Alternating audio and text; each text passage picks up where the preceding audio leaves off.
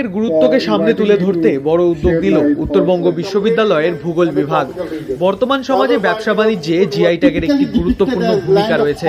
দেশের মধ্যে বহু পণ্য সামগ্রীকে এই জিআই ট্যাগের অন্তর্ভুক্ত করা হয়েছে, ফলে এর চাহিদাও দিনের পর দিন বেড়ে চলেছে। তবে অনেকের মনে প্রশ্ন থাকতেই পারে, কি এই জিআই ট্যাগ, কি কি ক্ষেত্রেই বা এই জিআই ট্যাগ ব্যবহার করা হয়। তাহলে জেনে রাখুন, কোন পণ্যের উৎস আসলে কোন জায়গায় সেটা বোঝানোই জিওগ্রাফিক্যাল ইন্ডিকেশন ট্যাগ ব্যবহারের মূল উদ্দেশ্য।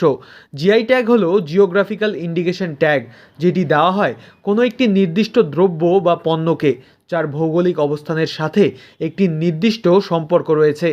এই ট্যাগের মূল উদ্দেশ্য হলো একটি নির্দিষ্ট পণ্য ও তার উৎসের মধ্যে একটি ভৌগোলিক সংযোগ স্থাপন করা এবং এই পণ্যগুলির অবৈধ সরবরাহ বন্ধ করা। এই দ্রব্য বা পণ্যগুলি খুবই উচ্চমানের হয়, এই দ্রব্য বা পণ্যগুলির চাহিদা খুবই বেশি থাকে এবং ভৌগোলিক উৎসের কারণে এটি বিশেষ খ্যাতি পায়। সাধারণত জিআই ট্যাগগুলি শিল্প পণ্য, খাদ্যদ্রব্য, কৃষিপণ্য, স্পিরিট, ড্রিঙ্কস এবং হস্তশিল্পের জন্য ব্যবহৃত হয়। জিআই ট্যাগ প্রদানের মূল উদ্দেশ্য হলো এই ট্যাগে অনুমোদিত হওয়ার পর কেউ ওই জনপ্রিয় দ্রব্য বা পণ্যের নাম ব্যবহার করতে পারবে না।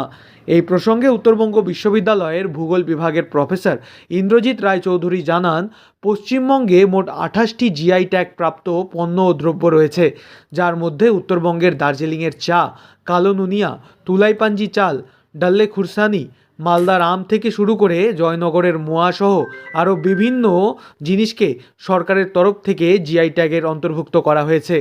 বর্তমান যুগে দাঁড়িয়ে জিআই ট্যাগের সঙ্গে যুক্ত সাধারণ মানুষের জীবনে আদতেও কি কোনো উন্নতি হয়েছে, তাদের কাছে কি এই জিআই ট্যাগ এখনও অব্যবহৃত, সেই সব সম্পর্কে তাদের একটি ধারণা দেওয়া এবং আগামী দিনে তাদের জীবনে চলার পথকে আরও উজ্জ্বল করতেই এই জিআই ট্যাগের গুরুত্ব বোঝাতেই এই উদ্যোগ।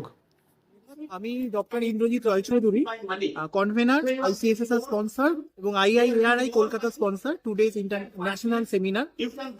এই সেমিনারের যে মূল উদ্দেশ্য সেটা হচ্ছে আমাদের পশ্চিমবঙ্গে টোটাল 28টা জিআই প্রোডাক্ট রয়েছে, যার মধ্যে আমাদের উত্তরবঙ্গে আমাদের দার্জিলিং এর চা, কালো নুনিয়া, তুলাই পাঞ্জি, ডাল্লে খুরসানি, আমাদের দিনাজপুরের রয়েছে মুখা, মালদার আম, জয়নগরের এরকম অনেক প্রোডাক্ট রয়েছে, যে প্রোডাক্টগুলো সরকারের তরফ থেকে জিআই ট্যাগ পেয়েছে। কিন্তু যে মানুষগুলো এই প্রোডাকশনের সাথে জড়িত, তাদের লাইভলিহুড ডেভেলপমেন্ট বা তাদের জীবনযাত্রার আদৌ কি কোনো উন্নতিকরণ হয়েছে এবং আদৌ কি তারা এই জিআই ট্যাগ যে প্রোডাক্ট সেগুলো সম্পর্কে অব্যবহিত, যদি হয়ে থাকে তাহলে তাদের লাইভলিহুড ডেভেলপমেন্টটা কেমন হচ্ছে, যদি ভালো না হয়ে থাকে সেই কারণটা খুঁজে বার করা, যে কিভাবে জীবনযাত্রার মানটাকে আরো উন্নতি করা যায়। এবং এখন যেহেতু অনলাইন মার্কেটিং বা ডিজিটাল মার্কেটিং, যাতে প্রপার প্রমোশনের মাধ্যমে এই প্রোডাক্টগুলোকে আরো মানুষের কাছে ছড়িয়ে দেওয়া যায়, সেইটাই আমাদের আজকের এই দুদিনের গ্রাম বাংলার বিভিন্ন মানুষের মনে প্রশ্ন জাগতেই পারে যে কি এই জিআই ট্যাগ বা কিভাবেই বা অ্যাপ্লাই করবে, তো সেই বিষয়টা কি বলবে? জিআই ট্যাগিং এর কতগুলো নির্দিষ্ট কিছু নিয়ম থাকে, যেরকম সেটার এক্সক্লুসিভিটি বা ইউনিকনেস দরকার। যেমন আমি যদি বলি আমাদের মালদার আম, সেই আমের কোয়ালিটি বা আমের যে গুণগত মান, সেটা একমাত্র মালদাতেই বিখ্যাত, সেই আমের গুণগত মান অন্য কোথাও হবে না। দার্জিলিং এর চা, তার যা ফ্লেভার বা তার যা গুণগত মান, সেটা দার্জিলিং এ সম্ভব। প্রতিটা জিওগ্রাফিক্যাল রিজিয়নের একটা নিজস্ব বৈশিষ্ট্য বা ইউনিকনেস রয়েছে, তার বেসিসে অ্যাপ্লাই করতে হয় জিআই ট্যাগিং এর জন্য। যেরকম ছৌ মাছ, পুরুলিয়া ছৌ মাছ পুরুলিয়াতেই সম্ভব, ওই মানুষের এর মধ্যেই এই ছৌ মাছ অন্য কোথাও হয় না।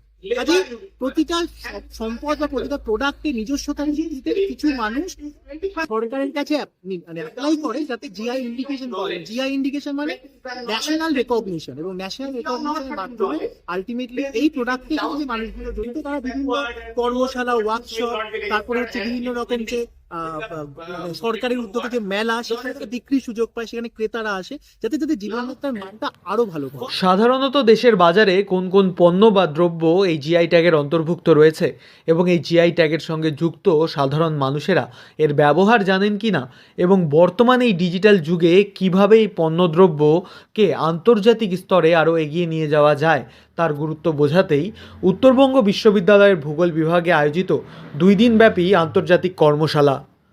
শিলিগুড়ি থেকে সুজয় ঘোষের রিপোর্ট, লোকাল 18 বাংলা।